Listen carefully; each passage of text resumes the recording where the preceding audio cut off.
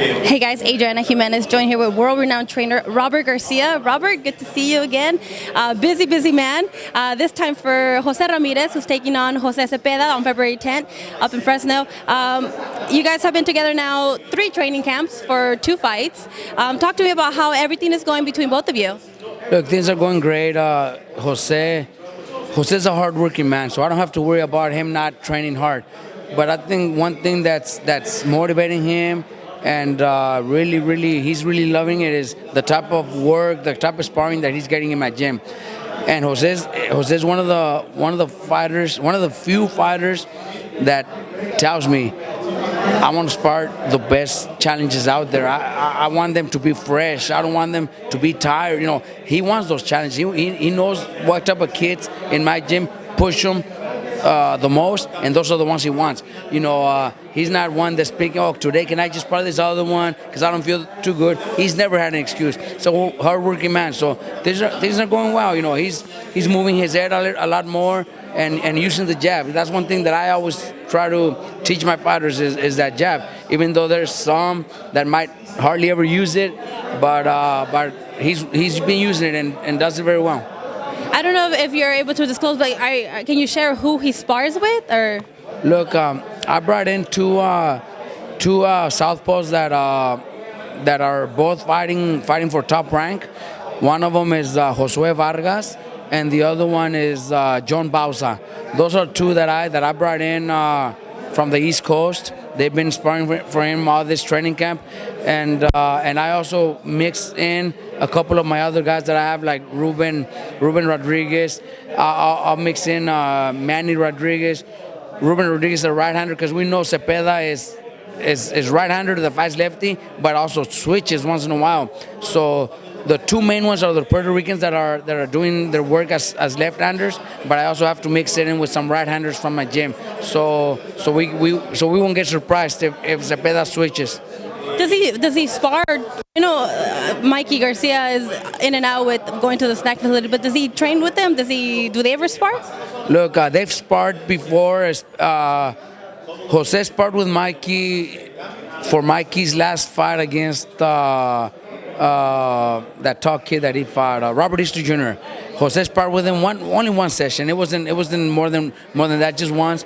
This time around for this fight, well, look, they're both getting ready for lefties, so it wouldn't even make sense to put them against each other.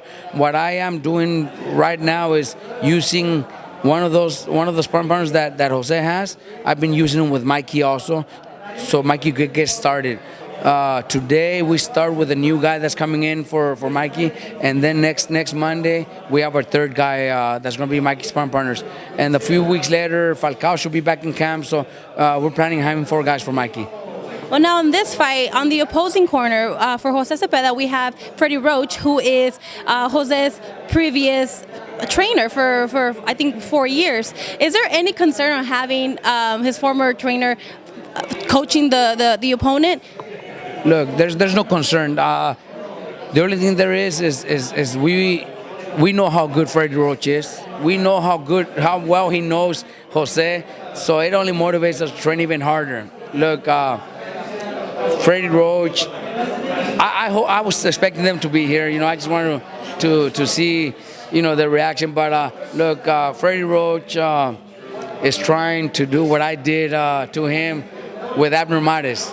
You know, my fighter was Cuellar, and then Cuellar leaves me and goes to Freddie Roach, and I happen to get Ramirez, and I go out there and beat him. So he's trying to do the same thing, you know, but he's in a tough one. You know, it won't be easy for them to beat us. Anything could happen in boxing, you know, and it'll be a great win for them, but they're in a tough one. Well, I don't know if you know this, but I talked to Freddie Roach recently, and I brought this up, and he told me that he believes that Jose Ramirez is the better puncher, but that he has the better fighter overall. What do you make of that? Look, I know Zepeda's a great boxer, and when I've been watching his fights, I've been studying his fights, he is very talented. You know, I've known Zepeda for many years. Since he turned pro, I followed his career, and he's a very good fighter. He's very talented, very smart, and has tremendous power. So those are, you know, Freddie might be right, but But for 12 rounds, it's not going to be easy. I'm just telling you, it's not going to be easy. Jose is in tremendous shape, always has been in tremendous shape, takes a very good punch, and hits so hard that I don't know how well Zepeda is going to take it.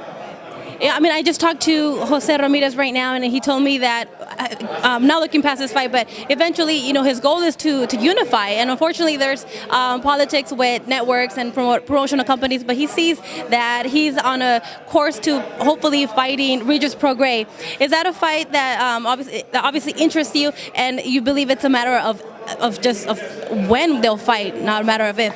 Look, that's a fight that I would love. I know Regis has been calling us out, and I've met him and talked to him about that fight, and he thinks he'll knock out not only Jose, but all of my other fighters. He mentioned Virgil Ortiz. He even mentioned Mikey. So that's great. That he thinks like that. But Jose wants that fight. I know Jose has the style to beat him, no matter whatever anybody else thinks. I think I have the best 140-pounder out there with a world title fight, with a world title belt. I think I also have an up-and-comer who's also going to be the best 140-pounder in there with Virgil Ortiz. I think I have the two best 140-pounders. So look,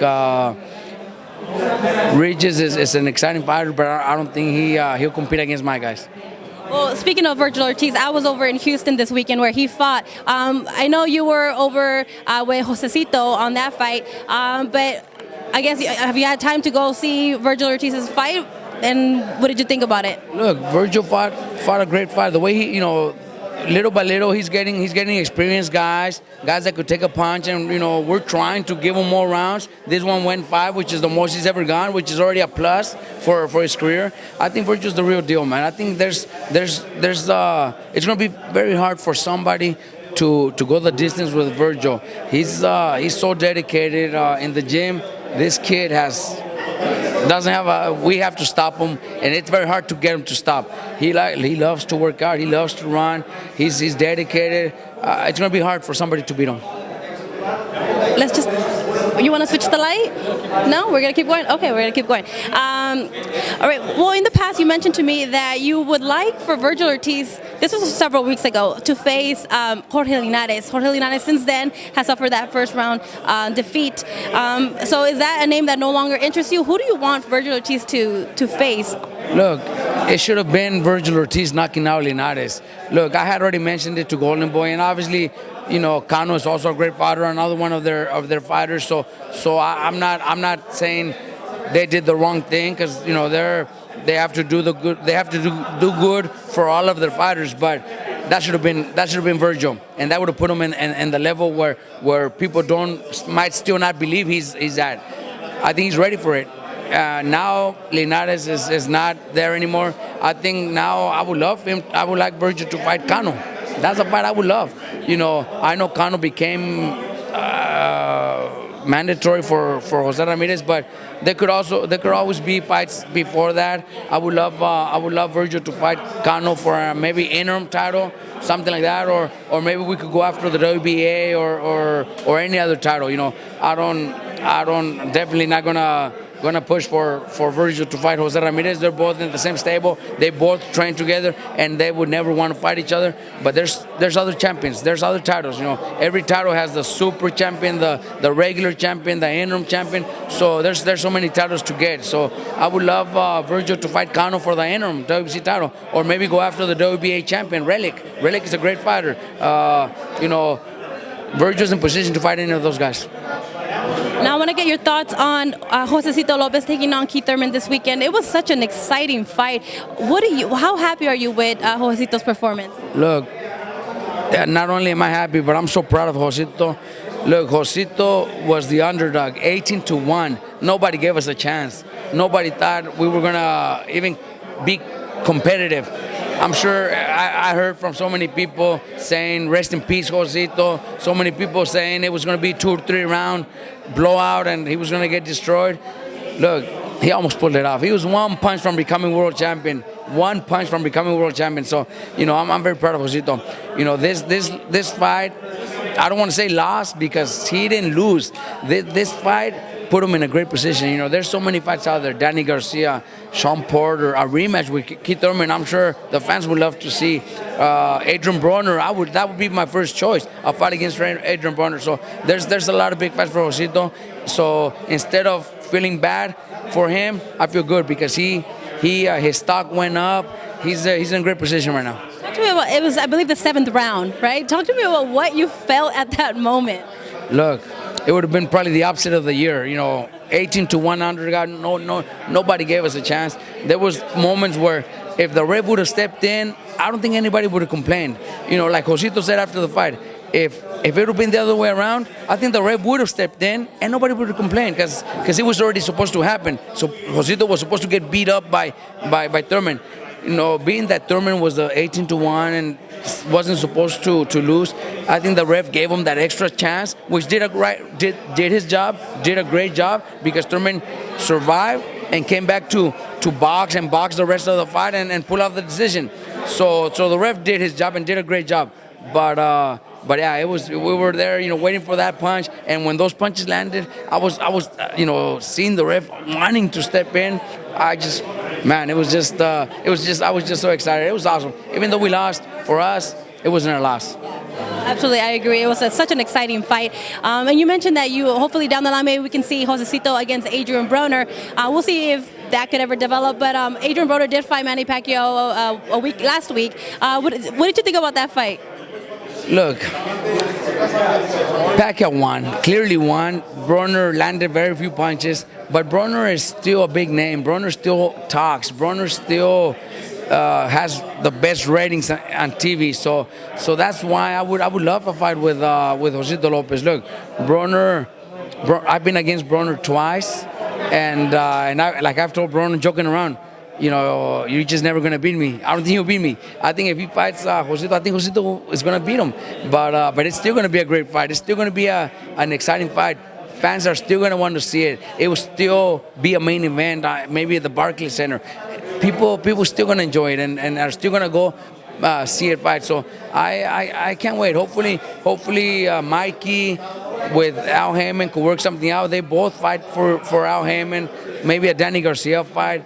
But my first choice would be Adrian Broner.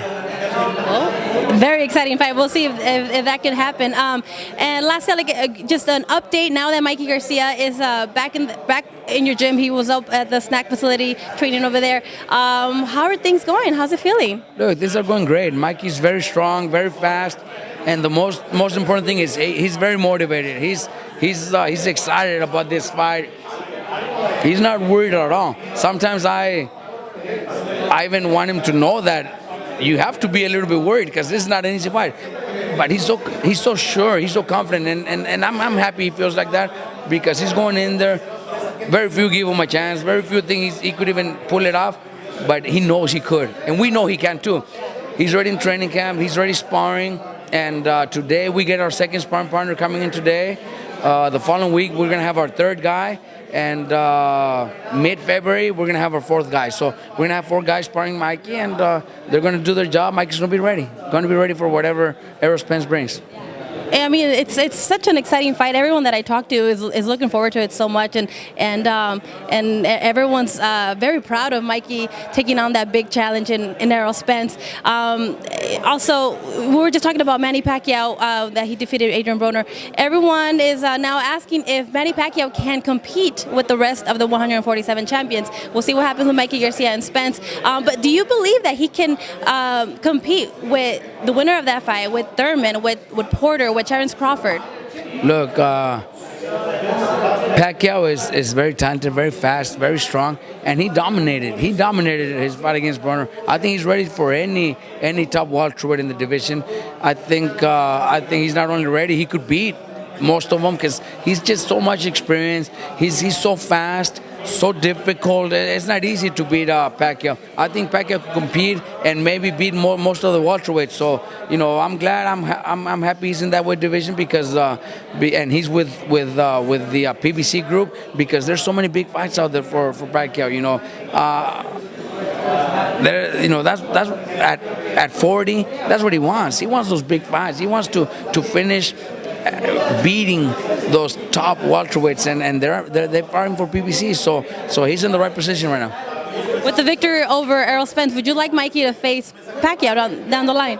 Look, it would be awesome. It wouldn't be an easy fight, but it would be awesome. To fight a legend like Manny, probably the best fighter, maybe number one or number two in the past 20 years. It would be awesome. It would be an honor to go in there against Manny Pacquiao. I've been in there against him twice, and he's beat me twice. So maybe the third one's going to be the charm. I would love to. Well, can he beat I'm assuming his number one, Floyd Mayweather? Is that your number one? In the last 20 years, yes. Not in history, but in the last 20 years, yes, because everything he's done and undefeated. He's beat everybody. He's business-wise, he's the most intelligent person in boxing. So I'd say Mayweather's number one.